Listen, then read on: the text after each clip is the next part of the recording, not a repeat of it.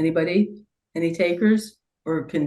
just continue on? Do it. What Do it. what what was the answer for this one? Oh, hold on. I do have the answer. Y'all have already posted, right? Yeah. Oh, I missed. How come I have? Oh, the next one they have is the buildings. Let's see, let me go on. Nope. Okay, here it is. It's out of order. The answer for this one is 25i plus 5 times the square root of 3j. Okay. All right, I got it. Okay, does everybody have that? I did not get that one right. Okay, do you want to go over it? Yeah, please. Sure. Everything I do, I'm going to try to make triangles. Okay? We're going to find the height.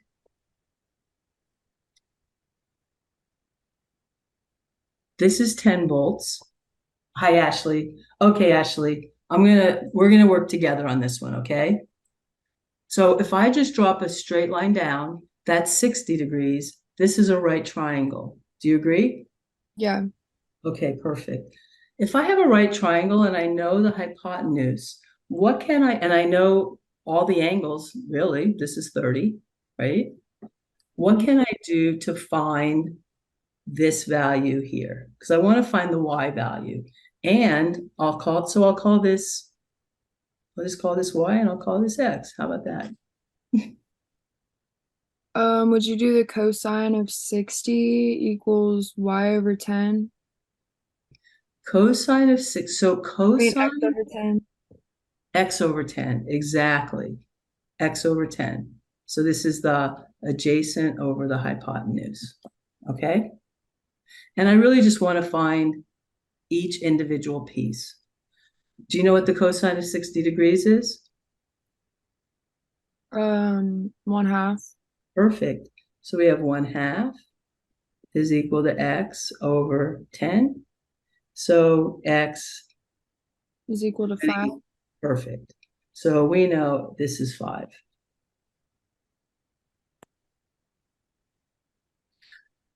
What I'm just going to start writing. Vector v is equal to, well, I want the x direction is the I, right? So I'll just say 5i. And it is going in the positive direction. Here, right here is my 0 point. So I am going positive 5. Excellent. Now, how would I find y? The sine of 60. Exactly. The sine of 60 is equal to y over 10, right? And sine of 60 is equal to, Square root of 3 over 2. exactly, definitely going in the positive direction. So y is going to equal, Um, 5 square root of 3. exactly. So I would say plus 5 square root of 3j. What do I know about V1? 0 degrees. 0 degrees. Exactly. And what does that tell me? That it's just the x portion. Exactly. So I'm going in the x direction. It's just as if V2 started from V1 and you're adding it to the end of it. Yes, when you add back vectors, I don't know if you watched the vector video where the intro to vectors, I think I added things graphically. If I start here and this is V2, and I were to add it graphically or geometrically, I would then add the next vector. So did anybody watch that vector where I did this? And I added V1, where I added 2 vectors graphically. And then you just put like the initial point to the terminal point, and then you start the initial point again at the terminal point. And the addition, the sum of those 2 vectors, this right here is V1 plus V2. This right here is V1. and V2 is over here. Literally, that's what's happening. So we first found, the point we found is here for V2, which is 5, comma 5 times the square root of 3. Now we're going to add this vector on, which is 20. 20 comma what? 0, right? And the sum of those two vectors is the point out here. That which is not 20 comma 0. How am I going to write this?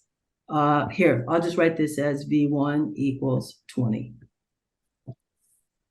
Now, does that make more sense? Yeah. Ashley, did that make sense to you? Not really. Okay, which part? Did you understand why I put the vectors the way that I put them in this drawing right here? Yeah, I just don't. So do I just add the 20 to Yes. the Do you 5? see why? Because we have this, when we add vectors, they don't actually start at the same position. They start, vectors only have magnitude and direction. They don't really have position. So if I wanted to actually add this graphically, I would move this right here. I would move it to here. I would go out a little further than that, and then the final answer would be this. We're trying to find the X and Y of that. So we have, let me see. So we have this one vector where this is 5, and this is 5 times the square root of 3, and this is 10 volts. And this is vector 2. Agreed? Mhm. So we're going to add this vector, which is 20. This is V1. Okay. All Now, when right. I add them, I can put the vectors anywhere I want, which is what they did. They both started at one point. But if I really was going to add them, I would move it to another place so that I could add them together geometrically.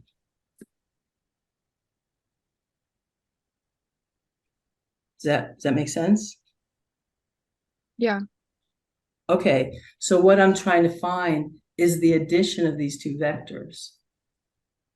There's one vector V2, there's one vector V1, and what is vector V1?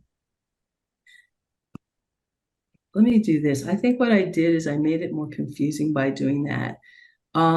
This point right here is 5, comma, 5 times the square root of 3. That's the first vector. Okay?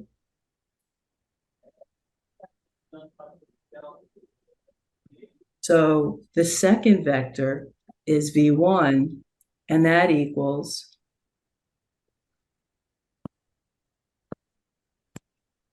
I really need these pointy brackets. That equals 20, comma 0. Isn't that true? Yeah. Okay. So now what I want to do is add those two vectors together.